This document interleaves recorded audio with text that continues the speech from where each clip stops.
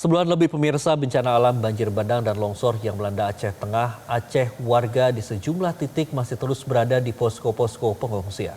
Warga yang kehilangan tempat tinggal hanya dapat berharap mendapatkan hunian sementara dan permanen agar bisa segera meninggalkan posko pengungsian. Untuk mengetahui perkembangan terkini dari wilayah Aceh, kita sudah terhubung dengan jurnalis Metro TV di Aceh Tengah, Muhammad Zakaria.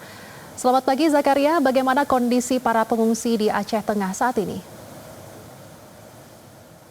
Ya, Ando dan Fatma serta pemirsa bahwa hingga kemarin bahwa sejumlah akses jalan untuk Aceh Tengah sudah dapat dilalui hingga kecamatan bahkan desa.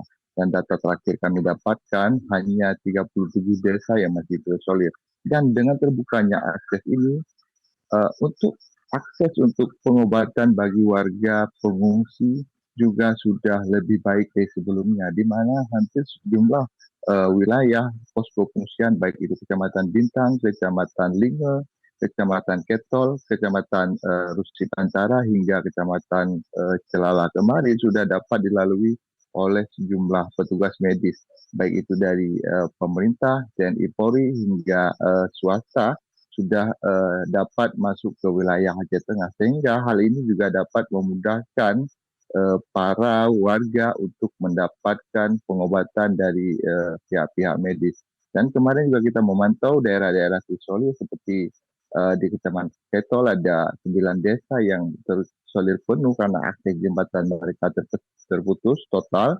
sehingga para medis juga melakukan pengobatan gratis hingga ke desa-desa dengan menggunakan seling, baik itu membawa obat-obatan dan dokter untuk dapat mengakses warga yang selama ini di posko pengungsian di daerah terisolir.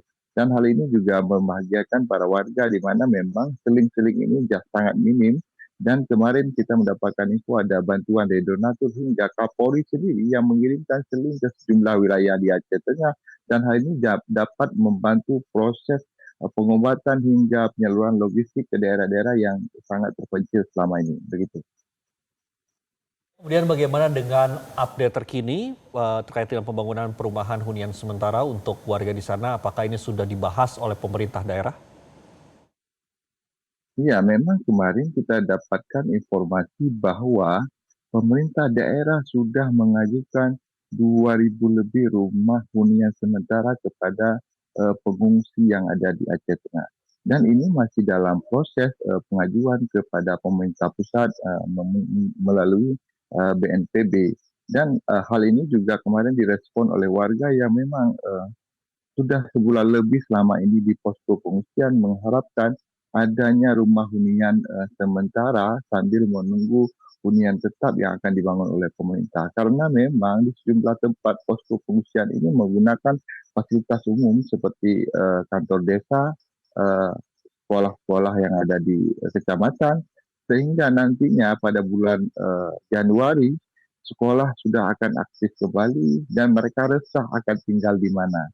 Dan inilah harapan-harapan warga yang ada di posko pengungsian supaya hunian sementara ini cepat terrealisasi. Bahkan pemerintah kemarin kita coba konfirmasi, memang hal ini sudah diajukan untuk ke pemerintah pusat melalui BNPB supaya untuk lebih cepat dibangun rumah hunian sementara. Namun belum kita ketahui kapan pasti akan dimulai pembangunan hunian sementara di Kabupaten Aceh Tengah.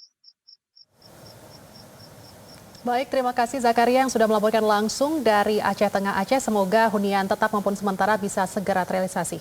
Selamat kembali bertugas. Jelajahi cara baru mendapatkan informasi. Download Metro TV Extend sekarang.